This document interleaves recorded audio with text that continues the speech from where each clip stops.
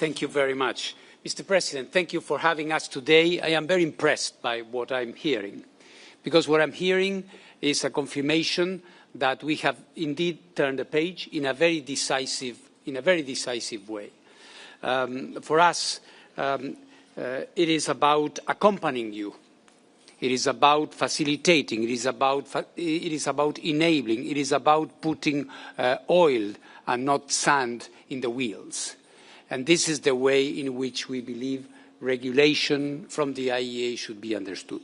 So, in very concrete terms, I don't want to get into very solemn declarations here. In very concrete ways, how we are doing this? We are doing this, first of all, in helping you to deliver, and those vendors like Rosatom to be able to partner with countries and to do it in a way which is perfectly aligned with the safe and secure use of the atom.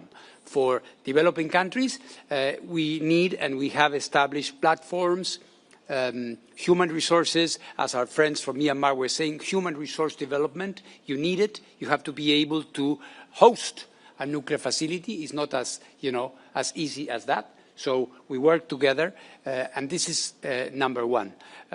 Number two is very important also in this perspective, and I'm grateful, Mr. President, that you mentioned that the international finance institutions that until just a few months ago were banning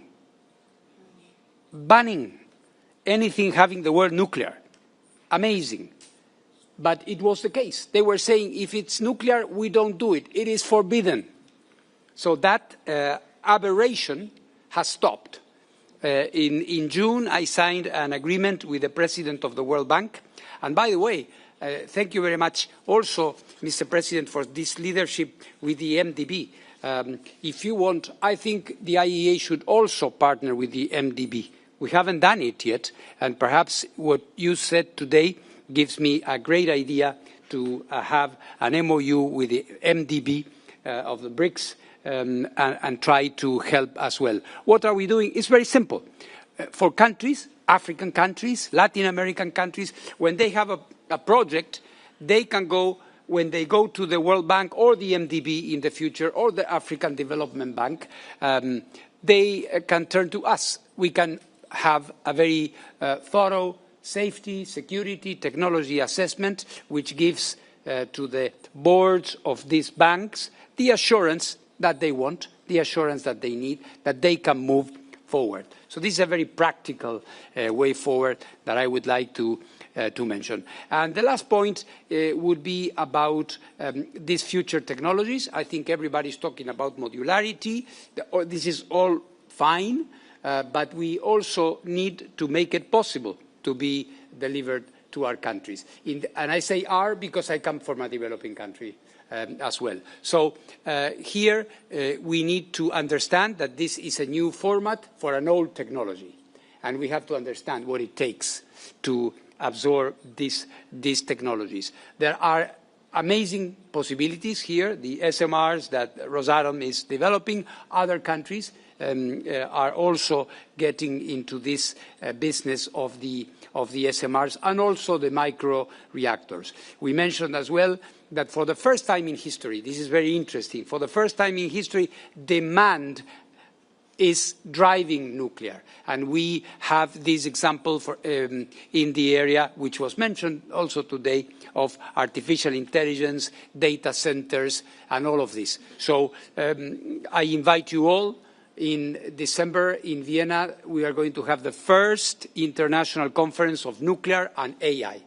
So we are bringing all the companies from Russia, from the West, from Asia, that are into this marriage, that it's about to be consummated, but we have to see how it's going to work. So this is my idea. We are a service to all of you. So we have to look at technology deployment, the money, which is very important, and the future. And the future means also, and Russia is again a pioneer in this, floating nuclear power plants, very important even for developing countries, that provides very interesting ways for countries that have weak grids, but also the transformation of the naval shipping industry into nuclear, which is another up-and-coming tendency that it is coming, and the IAEA is also coming with Atlas, Atomic Technologies License for Applications at Sea, Atlas, which is a new project that we are going to be launching. So, as you can see, and fusion, of course. This is the country of the tokamak, Mr. President. Again, Russia, then the Soviet Union was ahead of the game, and still today, tokamak is one of the avenues for fusion. And fusion is coming to the market, which is amazing. People used to say fusion is the energy of the future that will always be the energy of the future. Not anymore. So this is a time of possibility. The IAEA is there to help you. Thank you, Mr. President, for having us all. Thank you, Alexei, for the possibility. Thank you. Спасибо большое, Рафаэль. Действительно, есть разные точки зрения по поводу будущего термояда, фьюжена.